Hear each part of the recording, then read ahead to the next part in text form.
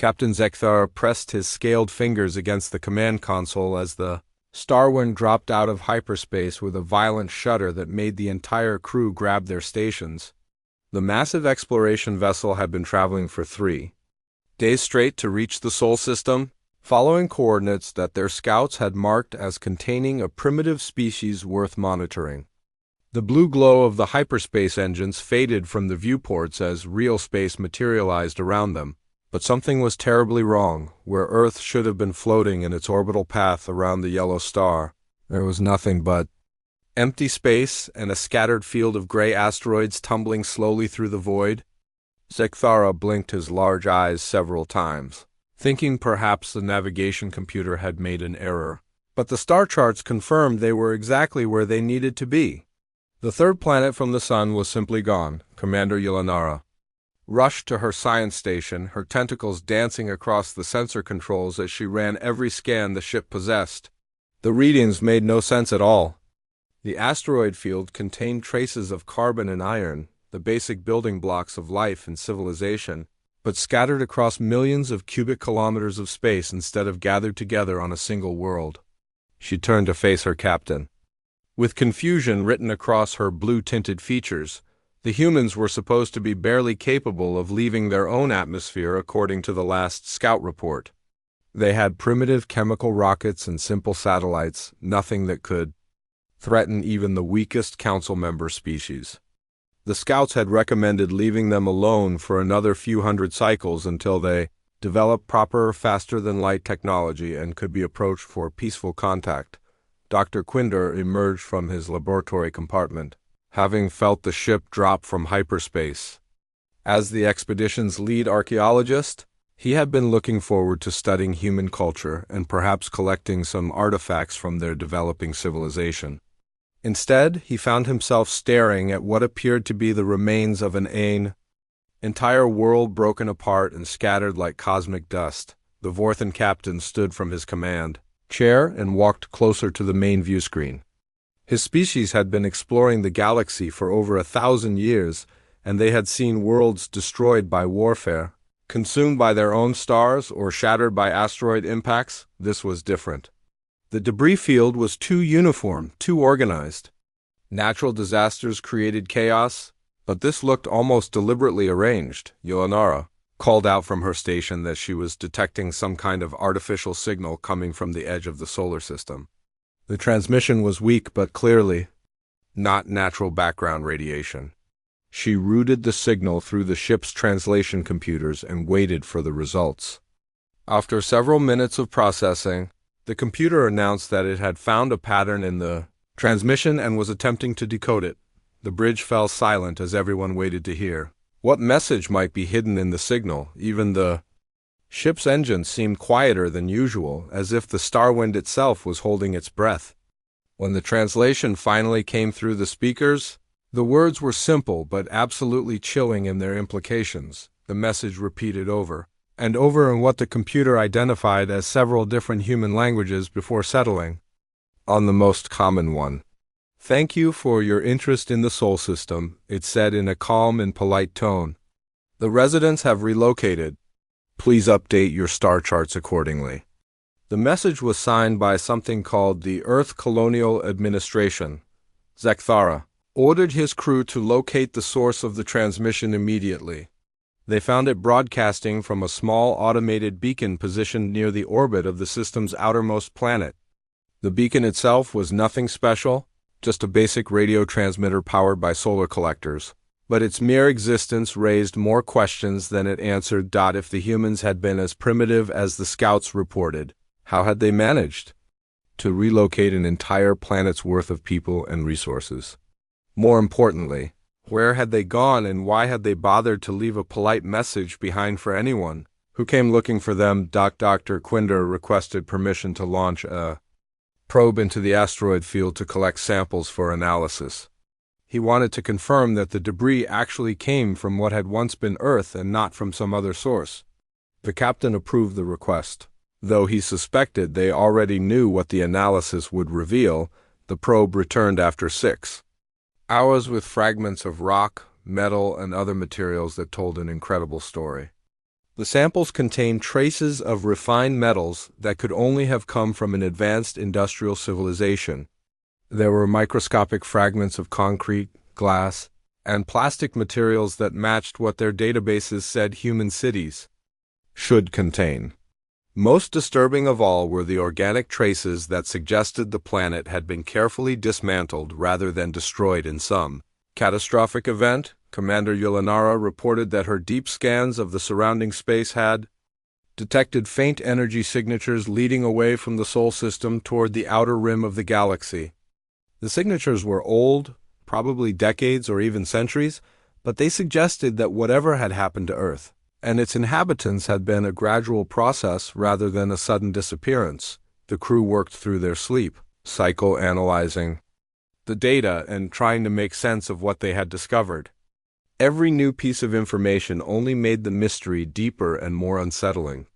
A species that their scouts had described as barely capable of spaceflight had somehow managed to completely disassemble their homeworld and transport billions of people and countless tons of material to some unknown destination. Captain Zekthara finally ordered his communications officer to send an emergency message back to Council headquarters.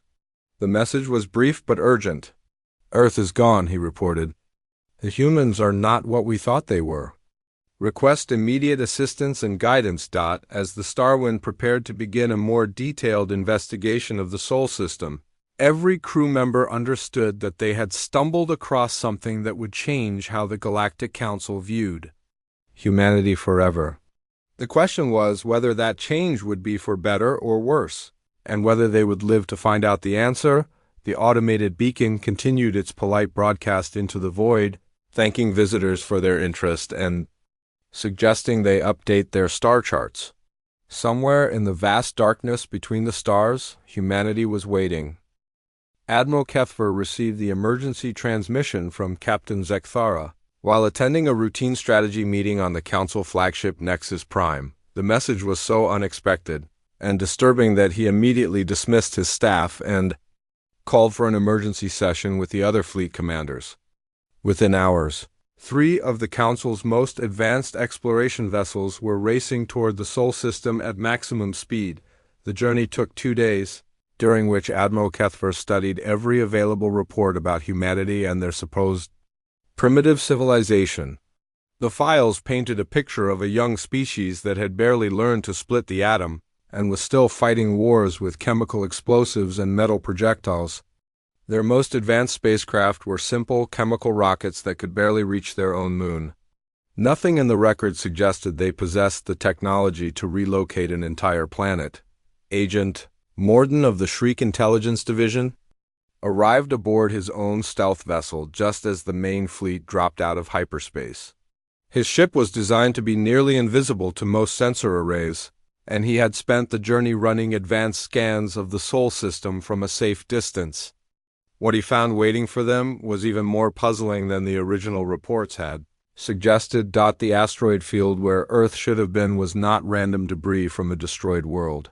Careful analysis revealed that it had been arranged in a specific pattern, almost like a message written in stone and metal for anyone smart enough to read it. The larger asteroids formed geometric shapes that suggested advanced mathematical understanding, while the smaller pieces filled in details that spoke of careful planning and incredible precision. Dr. Quinder transferred from the Starwind to Admiral Kethver's flagship and immediately began coordinating the archaeological investigation. His team launched dozens of probes into the asteroid field and discovered something that made their previous findings seem simple by comparison. Hidden among the debris were the remains of massive construction projects that defied explanation. The spectral analysis of the asteroid fragments showed traces of materials that should not have existed on a primitive world. There were isotopes of rare metals that could only be created in advanced fusion reactors, composite materials that required knowledge of molecular engineering, and energy residues that suggested the use of technologies far beyond anything in the Council databases. Commander Yulanara worked with her science teams to map the energy signatures leading away from the Sol system. The trails were old but still detectable, like footprints left in cosmic dust by ships too advanced for the Council's sensors to have noticed when they were fresh. The signatures led toward the galactic rim, but they were so faint that following them would require extremely sensitive equipment and a lot of patience. Agent Morden made the most disturbing discovery of all when he began investigating the outer planets of the Sol system. Hidden monitoring stations had been placed throughout the asteroid belts and on the surfaces of airless moons, all designed to observe traffic coming and going from the system. The technology was sophisticated enough that his own stealth ship had almost missed detecting them. The monitoring stations were clearly of human construction, but they incorporated design principles that the Council's best engineers would struggle to reproduce. Each station was powered by miniature fusion reactors that could run for centuries without maintenance, and their sensor arrays could detect ships dropping out of hyperspace from several light years away. Most troubling of all, the stations showed signs of having been operational for at least 200 years. Admiral Kethfer called a meeting of all senior officers aboard his flagship to discuss their findings. The conference room was packed with representatives from a dozen different species, all trying to understand how they could have been so completely wrong about human capabilities. The evidence was overwhelming that humanity had been deliberately deceiving Council scouts for generations. Dr. Quinder presented his analysis of the construction evidence found in the asteroid field. The humans had not simply abandoned Earth or destroyed it in some accident. They had systematically dismantled their entire world, carefully separating useful materials from waste and transporting everything of value to some unknown destination. The operation must have taken decades to complete and required technology that rivaled anything the Council possessed. Commander Yulanara reported that the energy signatures leading away from Sol were consistent with a massive fleet of ships, possibly thousands of vessels ranging from small transports to massive cargo haulers. The fleet had left the system gradually over a period of several decades, suggesting that the human exodus had been planned and executed with military precision. Agent Morden shared intelligence gathered from the monitoring stations that painted an even more concerning picture. The humans had been tracking Council ship movements throughout their local region of space for centuries. They knew when scout vessels were coming, how long they stayed, and what information they gathered. Every contact between humans and Council representatives had been carefully managed to create the impression of a primitive and harmless species. The meeting was interrupted by an urgent communication from one of the probe teams investigating the outer system. They had discovered another automated beacon, this one positioned near the giant planet Jupiter. Like the first beacon, it contained a message for anyone curious enough to investigate the Sol system, but this message was much more detailed and infinitely more unsettling. The new message began with the same polite tone as the first, thanking galactic neighbors for their interest in human affairs. It went on to explain that humanity had simply outgrown their original home and decided to find a bigger playground somewhere else in the universe. The Sol system had served them well as a nursery, the message continued, but it was time to move on to more suitable accommodations. The message concluded with a promise that humans would be in touch when they were ready for proper introductions with their galactic neighbors. It was signed by someone called Director Jake Morrison of something called the Sol Exodus Project, and it included coordinates for a location far beyond the edge of Council space where interested parties could leave messages for humanity to eventually discover. Admiral Kethfer stared at the translated message for several long minutes before ordering his fleet to set course for the coordinates provided. Whatever they found there would either answer their questions about humanity or raise even more disturbing possibilities about what the Council was really dealing with. The Council task force followed the coordinates provided by Director Jake Morrison's message for 17 days through increasingly empty regions of space. Admiral Kethfer ordered his ships to maintain maximum sensor sweeps as they traveled, hoping to detect more evidence of human activity along their route. What they found was a carefully planned trail of breadcrumbs that revealed more about humanity's true nature with each discovery. The first waypoint was an abandoned space station orbiting a dead star system 300 light-years from Sol. The station appeared to be a refueling depot, complete with massive fuel storage tanks and repair facilities that could service ships much larger than anything in the Council fleet. Commander Ashkente, the task force's military strategist, studied the station's defensive systems and realized they were facing technology that made Council weapons look like children's toys. Dr. Linthara, a technology specialist who had joined the expedition from the Science Council, led a team aboard the abandoned station to study its construction. What she found inside challenged everything the Council thought they knew about engineering and physics. The artificial gravity systems operated without the massive rotating sections that Council ships required. The power generators were compact fusion reactors that produced more energy than anything the Council had ever built. Yet they were small enough to fit inside a standard cargo container. The station's computer systems had been wiped clean before abandonment, but Dr. Linthara's team managed to recover fragments of data from backup storage devices. The recovered files contained technical specifications that made her team's heads spin with their complexity. The humans had been building ships and stations using principles of physics that the Council's greatest scientists were only beginning to understand. Agent Morden discovered that the station had been equipped with sophisticated surveillance equipment designed to monitor hyperspace traffic throughout the local region. The monitoring arrays could detect ships jumping to faster than light speeds from distances of several hundred light years and track their destinations with frightening accuracy. The humans had been watching Council movements across a significant portion of the galaxy for decades. Navigation Officer Dexara plotted the energy signatures leading away from the station and found they continued toward the galactic rim in a straight line. The signatures were stronger here, suggesting that whatever fleet had passed through this waypoint had been massive beyond imagination. Her calculations indicated that thousands of ships had used this station, ranging from small scouts to vessels that must have been several kilometers long. The second waypoint was even more impressive than the first. The task force arrived to find the remnants of what could only be described as a mobile shipyard floating in the void between star systems.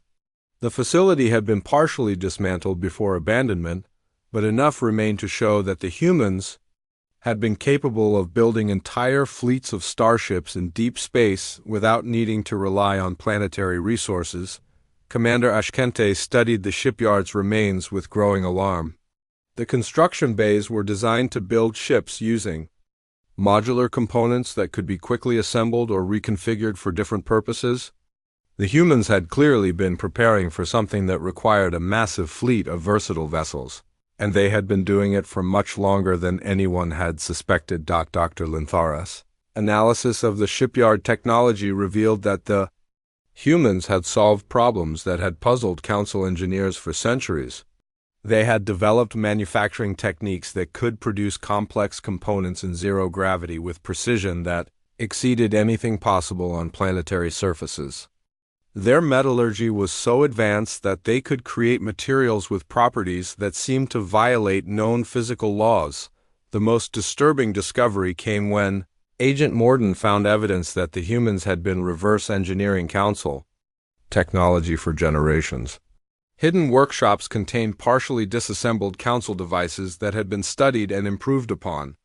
The humans had taken basic Council designs and enhanced them far beyond their original capabilities. Navigation Officer Dexara detected energy signatures from the shipyard that were less than 50 years old, meaning the humans had been using this facility relatively recently. The signatures led toward a region of space that Council star charts marked as empty void between galaxies. But the readings suggested something massive was waiting out there in the darkness. The third waypoint took the task force to the very edge of the galaxy, where they found something that defied all expectations. Floating in the cosmic void was a construction site so vast that it took their sensors several hours just to map its outer boundaries. The structure under construction appeared to be some kind of artificial habitat, but it was larger than most star systems and still growing. Dr. Linthara's scans revealed that the construction site was active, with thousands of automated systems working around the clock to expand the structure. The scale of the project was beyond anything the Council had ever attempted or even imagined possible. The humans were building something that could house billions of people and operate independently of any star system. Commander Ashkente realized that the humans hadn't just relocated from Earth, they had been preparing to leave the galaxy entirely. The massive structure was clearly designed for intergalactic travel, complete with its own power sources, manufacturing facilities, and everything needed to sustain a civilization during a journey that might take millions of years. The task force detected another automated beacon broadcasting from the construction site's outer perimeter. This message was different from the previous ones, carrying an official tone that suggested they were now dealing with a formal government rather than a simple relocation project. The message identified itself as coming from Admiral Lisa Carter of something called Human Deep Space Command. Admiral Carter's message thanked the Council for their patrol protocols and dedication to galactic peace, but politely requested that all non-human vessels maintain a minimum distance of 50 light-years from the construction site. The message explained that the area was an active construction zone where safety protocols required restricted access for authorized personnel only. Admiral Kethver stared at the message display for long minutes, realizing that everything the Council thought they knew about humanity had been wrong from the very beginning. The species they had dismissed as primitive was building something that dwarfed the greatest achievements of Council civilization, and they were doing it with technology that seemed almost magical in its capabilities, the task force maintained. Their position at the 50 light-year boundary, but every sensor they possessed was focused on the construction site, trying to understand what humanity was really building out there in the void between galaxies. Captain Nexther had spent his entire career following orders and respecting protocol, but the massive human construction site floating in the void challenged everything he believed about proper military conduct. Against direct orders from Admiral Kethver, he took his small reconnaissance vessel and a hand-picked crew of volunteers across the 50 light-year boundary that Admiral Lisa Carter had established around the construction zone. The moment his ship crossed the invisible line, every sensor on the bridge lit up with warnings and alerts. The construction site was not just large, it was impossibly vast, stretching across hundreds of light-years in every direction. What Captain Nexther had initially thought was a single massive structure was actually thousands of interconnected components, each one larger than a typical Council space station. Engineer Korvash stared at his readings in complete disbelief. The humans had built what could only be described as a portable galaxy, complete with artificial star systems, manufactured planets, and space habitats that could house trillions of beings. The entire construct was designed to be mobile, capable of traveling between galaxies while maintaining everything needed to support a massive civilization. The technology required to build such a thing was beyond anything in Council records. The artificial gravity systems operated on principles that seemed to manipulate space and time itself, creating stable gravitational fields without requiring massive amounts of matter. The power systems drew energy directly from the quantum vacuum, providing unlimited power for all the construct's needs. Intelligence analyst Yexandra intercepted human communications throughout the construct and began piecing together fragments of conversations that revealed the truth about humanity's origins and purpose. The beings that had lived on Earth were not primitive natives of that world.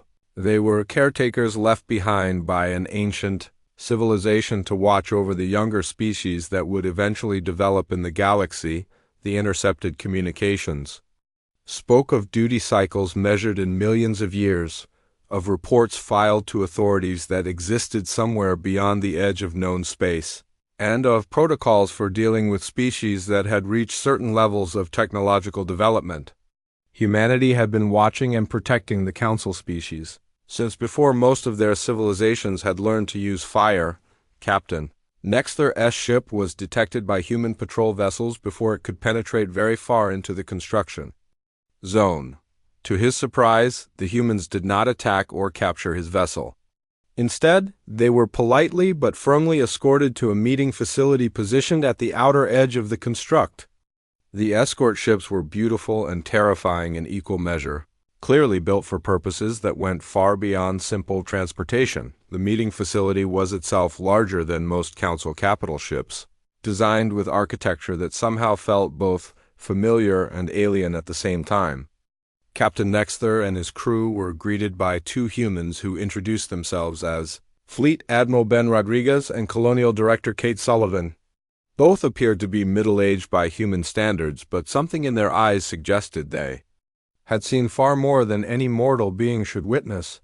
Admiral Rodriguez spoke with the casual confidence of someone who had commanded fleets across multiple galaxies. He explained that humanity had been aware of the Galactic Council since its formation and had been quietly monitoring its development for centuries.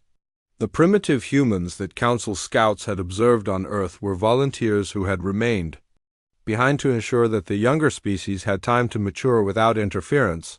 Director Sullivan showed the Council representatives through portions of the construct that demonstrated capabilities beyond their wildest imagination. Entire star systems had been created from raw matter and energy, complete with planets that possessed carefully designed ecosystems and climates. The humans had not just learned to manipulate matter and energy, they had become masters of creation itself.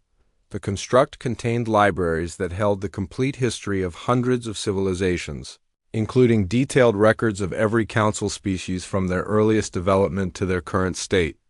The humans had been carefully documenting the progress of galactic civilization, filing reports with authorities that existed in distant galaxies and following protocols established by the ancient beings who had originally seeded the universe with intelligent life. Admiral Rodriguez revealed that humanity's true role was as shepherds and guardians for the younger species that developed throughout the galaxy. They had been secretly protecting Council civilizations from threats that most species never even knew existed. The mysterious disappearances of hostile alien fleets, the convenient natural disasters that ended wars before they could spread, and the lucky technological breakthroughs that allowed struggling civilizations to survive, had all been carefully orchestrated interventions. Engineer Corvash was shown manufacturing facilities that could create matter from energy and reshape entire planets in a matter of hours. The humans had learned to manipulate the fundamental forces of reality, treating physics more like suggestions than absolute laws. Their technology was so advanced that it appeared magical to anyone who did not understand the principles behind it. Intelligence analyst Yexandra was given access to historical records that showed humanity's involvement in galactic affairs stretching back millions of years. They had guided the development of countless species, prevented extinction events, and occasionally relocated entire civilizations to save them from cosmic disasters. The Council species were just the latest in a long line of civilizations that had benefited from human protection. Director Sullivan explained that the Age of Secrets was ending because the Council species had finally reached a level of maturity where they could handle the truth about their place in the universe. Humanity was preparing to reveal themselves officially and offer the younger species a choice about their future role in a much larger galactic community. Captain Nexther and his crew were offered the opportunity to tour more of the construct and meet with other human officials, but they were also free to return to their fleet with the information they had gathered. Admiral Rodriguez made it clear that humanity harbored no ill will toward the Council species and looked forward to establishing proper diplomatic relations after centuries of working in the shadows. As the reconnaissance team prepared to return to Admiral Kethler's fleet, they carried with them the knowledge that everything the Council thought they knew about the galaxy and their place in it had been fundamentally wrong from the very beginning. President Hexmara called for an emergency session of the full Galactic Council within hours of receiving Captain Nexter's detailed report about the human construct and his meeting with Admiral Rodriguez. Representatives from 47 different species gathered in the Great Assembly Hall on the neutral world of Kepler Prime, each delegation struggling to process the implications of what had been discovered at the edge of their galaxy. The ancient assembly hall had witnessed many historic moments over the centuries, but nothing quite like this. Species that had considered themselves the apex of galactic evolution were forced to confront the reality that they had been children playing under the watchful eye of beings so advanced that their technology seemed like magic. The debates raged for 3 straight days as delegates argued about how to respond to humanity's revelation. Some species demanded immediate military action, claiming that humanity represented a threat to galactic sovereignty that could not be tolerated. Others argued for complete submission, believing that beings capable of building portable galaxies deserved to rule over lesser civilizations. The majority fell somewhere between these extremes, uncertain about how to proceed but recognizing that the old order of galactic politics had ended forever. President Hexmara finally restored order to the Assembly and announced that the Council would formally request a diplomatic meeting with human leadership. The message was composed with extreme care, acknowledging humanity's superior capabilities while attempting to maintain some dignity for the Council species. The response came back within hours, faster than should have been possible given the vast distances involved. High Coordinator Ryan Thompson replied on behalf of humanity with a message that was both gracious and slightly amused. The humans would be delighted to open formal diplomatic relations with the Galactic Council, and they had prepared appropriate accommodations for such a meeting. The coordinates provided led to a location in the void between galaxies, neutral ground where both sides could meet as equals despite their obvious differences in capability. The journey to the meeting coordinates took the Council delegation 2 weeks, traveling aboard their finest diplomatic vessel escorted by a small fleet of warships that everyone knew would be useless if the humans decided to be hostile. What they found waiting for them was a space station positioned precisely between the Milky Way and Andromeda galaxies, a structure so vast and beautiful that it took their breath away. The station was larger than most Council homeworlds, built from materials that seemed to bend light around them in impossible ways. Docking bays designed to accommodate vessels from dozens of different species suggested that the humans had been planning this meeting for a very long time. The artificial gravity, atmosphere, and environmental controls adjusted automatically to provide perfect conditions for each member of the diplomatic delegation. High Coordinator Thompson met the Council representatives in a reception hall that somehow managed to feel both intimate and grand at the same time. He appeared to be an ordinary human in late middle age, but the casual way he discussed manipulating space and time suggested that appearances could be very deceiving. When it came to humanity, his aide, Director Nancy Walsh, provided detailed explanations of humanity's role in galactic affairs with the patience of a teacher instructing eager students. The humans revealed that they were part of a vast network of guardian species scattered throughout the universe, each one responsible for shepherding the development of younger civilizations in their assigned regions. The ancient beings who had originally created this system had long since moved on to other dimensions or planes of existence, leaving their appointed guardians to carry on the work of nurturing intelligence wherever it arose. Director Walsh showed the Council delegation historical records that documented humanity's interventions in galactic affairs over millions of years. Every major crisis that the Council species had survived, every technological breakthrough that had saved struggling civilizations, every mysterious disappearance of hostile forces had been carefully planned and executed by human operatives working behind the scenes. The records included detailed files on every Council species, tracking their development from primitive hunter-gatherers to spacefaring civilizations. The humans had been quietly guiding their progress, preventing extinction events and occasionally relocating entire populations when necessary to ensure their survival. The Council species owed their very existence to humanity's protection and guidance. High Coordinator Thompson explained that the age of secrecy was ending because the Council species had finally reached a level of maturity where they could handle the truth about their place in the universe. Humanity was ready to step out of the shadows and offer the younger species a choice about their future role in a galactic community that extended far beyond the boundaries of their home galaxy. The choice was simple but profound. The Council Species could continue developing independently with humanity watching from a distance, maintaining the illusion of self-determination while still receiving protection from threats they could not handle. Alternatively, they could accept junior partnership status in a greater galactic civilization that spanned multiple galaxies and included species so advanced that they could reshape reality itself. Director Walsh made it clear that neither choice was wrong, and humanity would respect whatever decision the Council species made. The important thing was that the relationship would now be honest and open, based on mutual understanding rather than carefully maintained deceptions.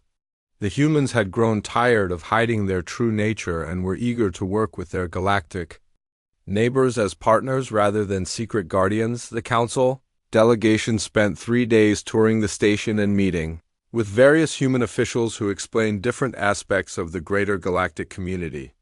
They learned about threats from other galaxies that humanity had been quietly deflecting, about ancient technologies that could reshape entire star systems, and about the vast network of guardian species that maintained peace and stability throughout the universe. When the meetings finally concluded, President Hexmara and his delegation returned to Council space, carrying knowledge that would transform galactic civilization forever. The vote on humanity's offer was scheduled for the following month, giving each species time to consider their options and prepare for a future that would be very different from anything they had previously imagined. 6 months later, the first Joint Human Council exploration fleet departed for the Andromeda Galaxy. Captain Sam Mitchell commanded the human flagship while Admiral Zekfara led the Council contingent. As they prepared for humanity's first official introduction to intergalactic civilization, both species were learning that the universe was far more crowded and far more interesting than either had previously imagined.